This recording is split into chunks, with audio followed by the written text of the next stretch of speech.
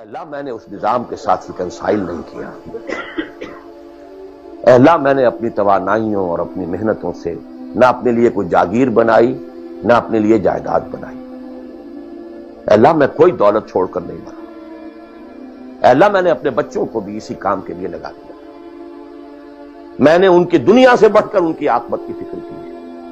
نہیں کر سکا، آگے کچھ نہیں ہو سکا تو میں بے بس ہوں۔ میں ایک ایسے ماحول میں رہ رہا ہوں جس میں اللہ کا دین غالب نہیں ہے۔ میں نماز پڑھ رہا ہوں، روزہ رکھ رہا ہوں، میں شراب نہیں پیتا، میں سور نہیں کھاتا۔ چلو میں نے اپنا اکاؤنٹ جو ہے بینک میں جو ہے کرنٹ اکاؤنٹ رکھا ہوا ہے، میں نے کوئی سود نہیں لیا، نہ سود لینا چاہتا ہوں۔ کیا کروں؟ اکیلا چنا پہاڑ کو تو نہیں پھوڑ سکتا، پورا نظام تو میرے بدلنے سے نہیں بدل جائے گا۔ تو میں تو رہا پھر 40%، 50%، 60%، 70% کافر کا کافر۔ وسط مخرج بڑی پیاری حدیث ہے وہ جس میں یہ الفاظ آتے ہیں، حضور نے فرمایا انہا ستکون فتنۃ، ایک وقت آئے گا تو بڑا فتنہ ہوگا۔ حضرت علی فرماتے میں نے فوراً عرض کیا مل مخرج منہا یا رسول اللہ، اے اللہ کے رسول یہ بتائیے اس سے نکلنے کا راستہ کون سا ہوگا۔ یہ نہیں پوچھا کیا فتنہ ہوگا، کیوں ہوگا، کب ہوگا، کیسے ہوگا، کدھر سے آئے گا، کچھ نہیں، نکلنے کا راستہ بتائیے۔ بلکہ ایک اور روایت اس حدیث کی اس سے بھی زیادہ پیاری ہے کہ اصل میں حضرت جبرائیل نے کہا حضور سے یا محمد امتک بعدک، اے محمد صلی اللہ علیہ وسلم کبھی سوچا ہے تمہارے بعد تمہاری امت کا کیا بنے گا؟ تو حضور پلٹ کر سوال کرتے ہیں مل مخرج منہا یا جبرائیل، تو بہت بڑا پرابلم تم نے اے جبرائیل میرے سامنے رکھا ہے، تو اب آپ ہی بتائیں اس سے نکلنے کا راستہ کیا؟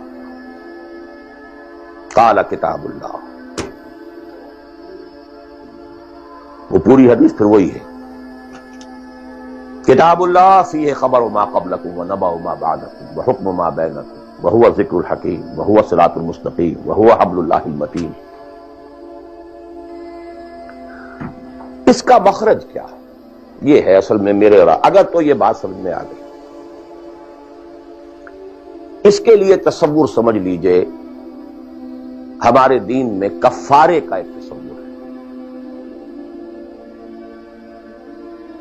آپ نے روزہ توڑ دیا وہ تو ٹوٹ گیا، کیا کروں، جڑ تو نہیں سکتا۔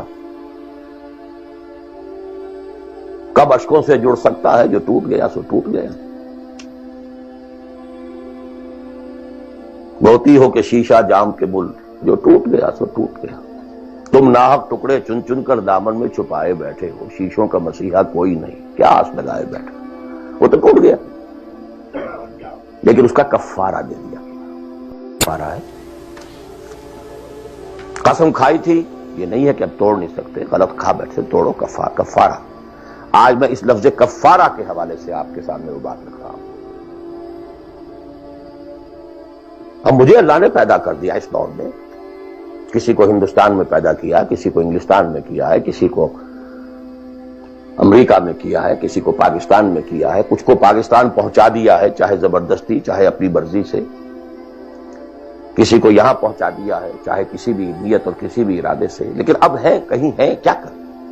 کوئی کفارہ ہونا چاہیے، کوئی مخرج ہونا، بس یہی کفارہ ہے۔ پھر نوٹ کر لیجئے اس ماحول سے سوائے سبسسٹنس لیول کے اور کچھ حاصل مت کرو،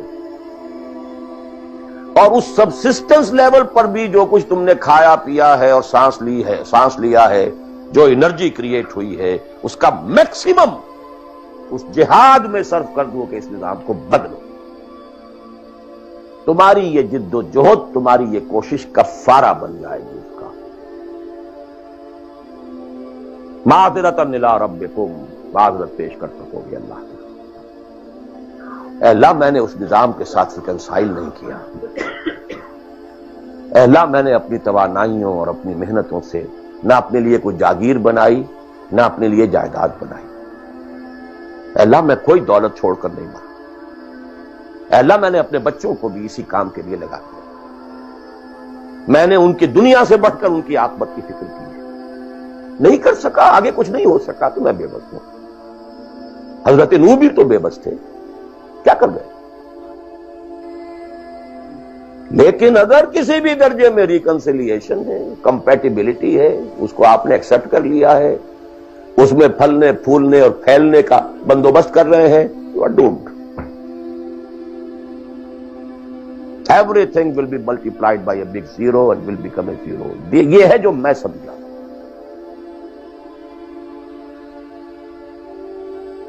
اس کا نام ہے جہاد. کانسٹنٹ فرکشن، کانسٹنٹ اسٹرگل، جان مال. ان صلاتی و نسکی و محیایا و مماتی للہ رب العالمین. میری زندگی کا مقصد تیرے دین کی سرفرازی. میں اسی لیے مسلمان، میں اسی لیے نمازی.